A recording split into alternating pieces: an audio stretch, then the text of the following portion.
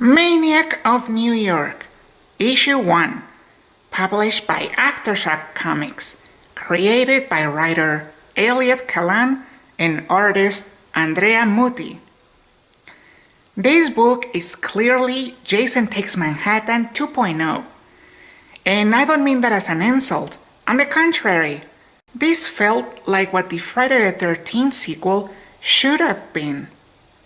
With Harry the Maniac even looking similar to Jason Voorhees, and coming from a lake camp similar to Crystal Lake, called Glasswater Lake. This is clearly a passion project from a Friday the 13th fan who was disappointed in the bad sequels we got, and I love that. I am like that also. Often I write down my ideas of how I would have done the films differently if I had the chance. I greatly appreciate how, rather than just being an alternative take on Jason Takes Manhattan, this book is its own entity, and it almost feels like a sequel. Because just imagine that Jason Voorhees was never stopped at the end of Jason Takes Manhattan, and that he arrived on New Year's Eve. That's what happens here. Maniac Harry, or Harry the Maniac, arrives on New Year's Eve 2016 and kills a lot of people. And then the story jumps ahead to spring to April of 2020 in a world where clearly the pandemic never happened.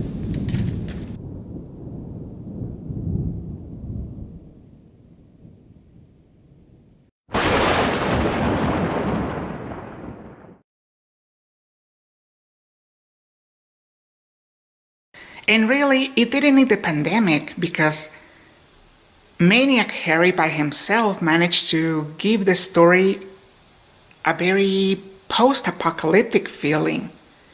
It was a fun setting. The final girl in this story is Gina Green, who was a camp counselor that survived Harry the Maniac's massacre at Glasswater Lake. And years later, she grew up to become a cop, dedicating her revenge efforts to stop her immortal nemesis once and for all. You see, Blumhouse? This is how you do the transformation of a final girl. Gina's transformation made much more sense than what happened to Laurie Strode in that awful 2018 Halloween sequel. This felt much more empowering in my opinion. True female empowerment, it's not about being a whiny victim. It is about taking action and improving yourself. This is how you evolve your final girl from a helpless victim into a warrior with strong motivations. Gina being a member of the law enforcement and trying to stop Harry the Maniac, reminded me a lot of Rowan from Jason X, but also reminded me of Chris, Jeannie, and Alice from the first Friday the 13th films. Gina is forced to team up with a very condescending and pessimistic woman named Zelda, who is really the only member of the police force to join her task force. I really dislike Zelda in this issue, although I can sympathize with why she is the way she is. It's because, just like Gina, at one point Zelda had good intentions and was determined, but all of this was squandered by corrupt politicians and by every cop in her department being a total a-hole who disrespect her and the victims and who do nothing to bring justice to the victims of Harry's massacre. So Zelda's arc is probably going to be learning from Gina, and Gina learning from Zelda. I hope by next issue Zelda wins me over.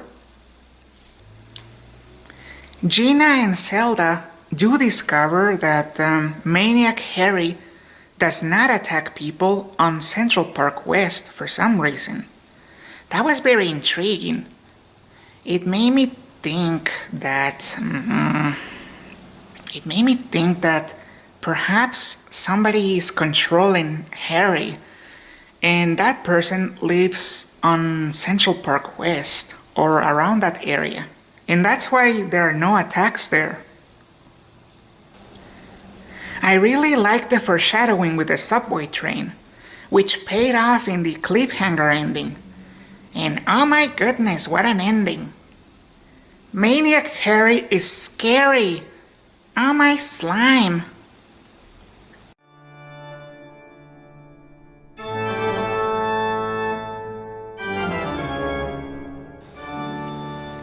An extra feature that I appreciated was at the end of the book. Similarly to Doomsday Clock and Watchmen, at the end of the book we had back matter consisting of articles that were written as if they were from in-world articles, and even an in-world city map showing all the places where Harry has attacked. And this was all really cool. These sort of things help with world building, and they establish just how formidable of an antagonist Maniac Harry is.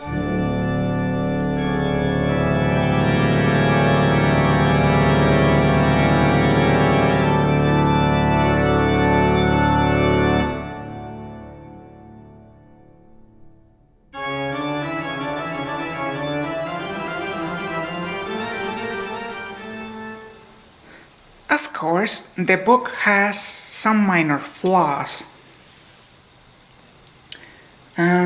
It's mostly tethered to the social commentary, which is very biased. And it really got under my skin.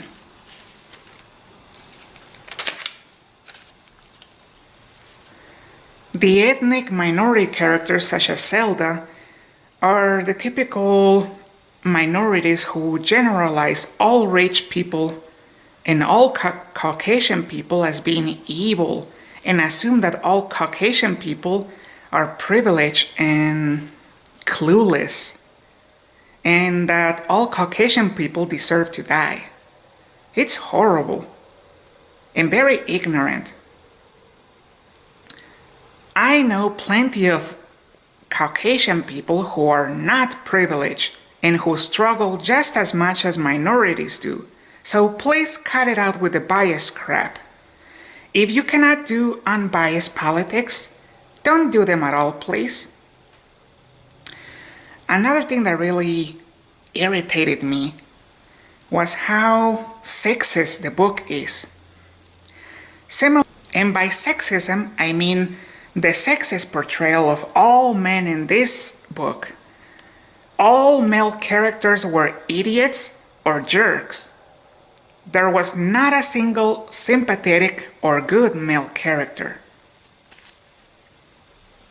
I am sick of misandry in pop culture. It's stupid. You cannot go around saying that women deserve equality when you just turn around and start hating on the opposite sex. It's very hypocritical.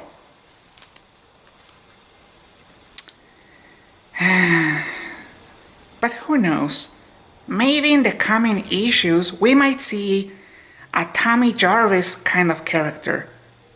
A positive male character who brings some balance to the story.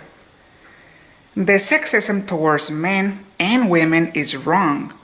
So you should not have to portray one sex as superior to the other, and you shouldn't have to portray one sex as lesser in order to tell a good story. When you have to resort to that, you are a bad storyteller, in my opinion.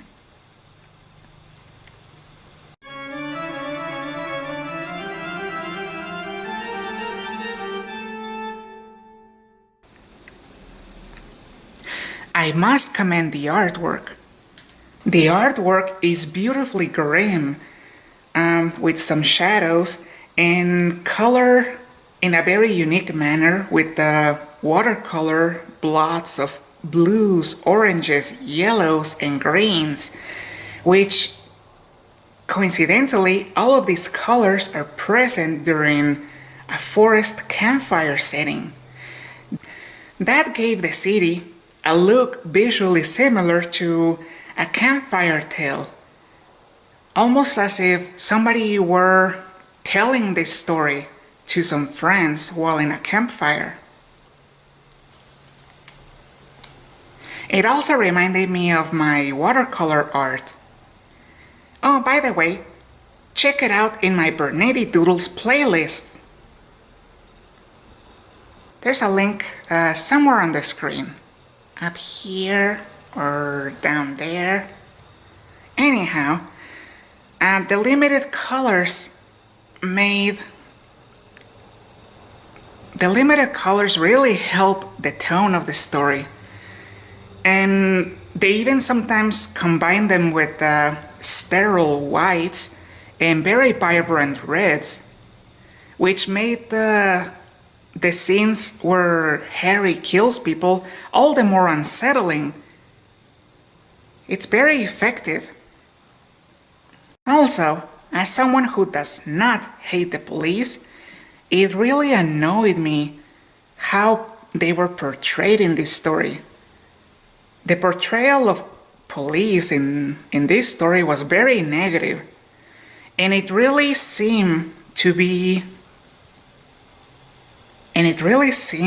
reminded me of how cops were portrayed in 2020.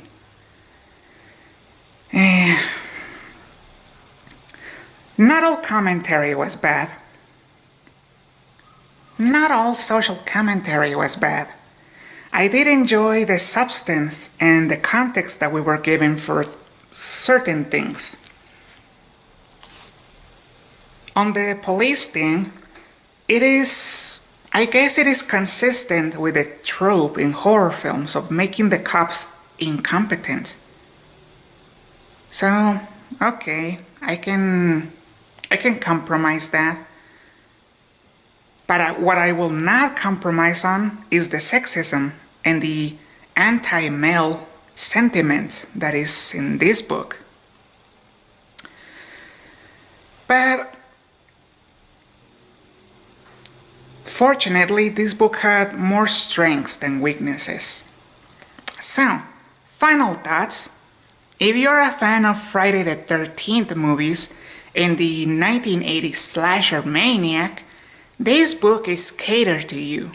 This story goes beyond what you would expect from an homage to those films, and it incorporates a few familiar beats into its backbone. But it frames the story around a police procedural, adding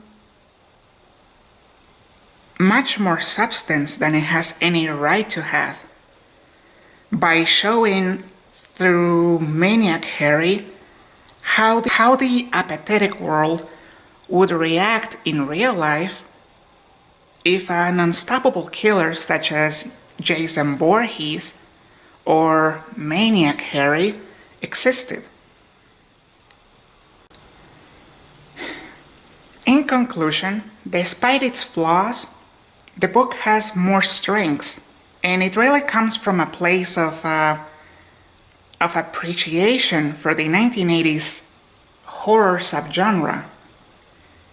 So I do recommend this book. I just I'm very cautious because of the how biased this book is. I do recommend it though. It's a fun read.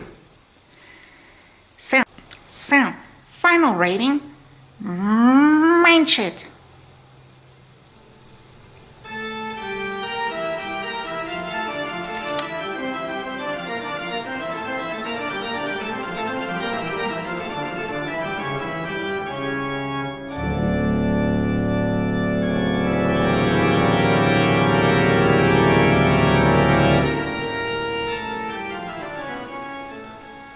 Thank you for watching. See you next time. Au revoir.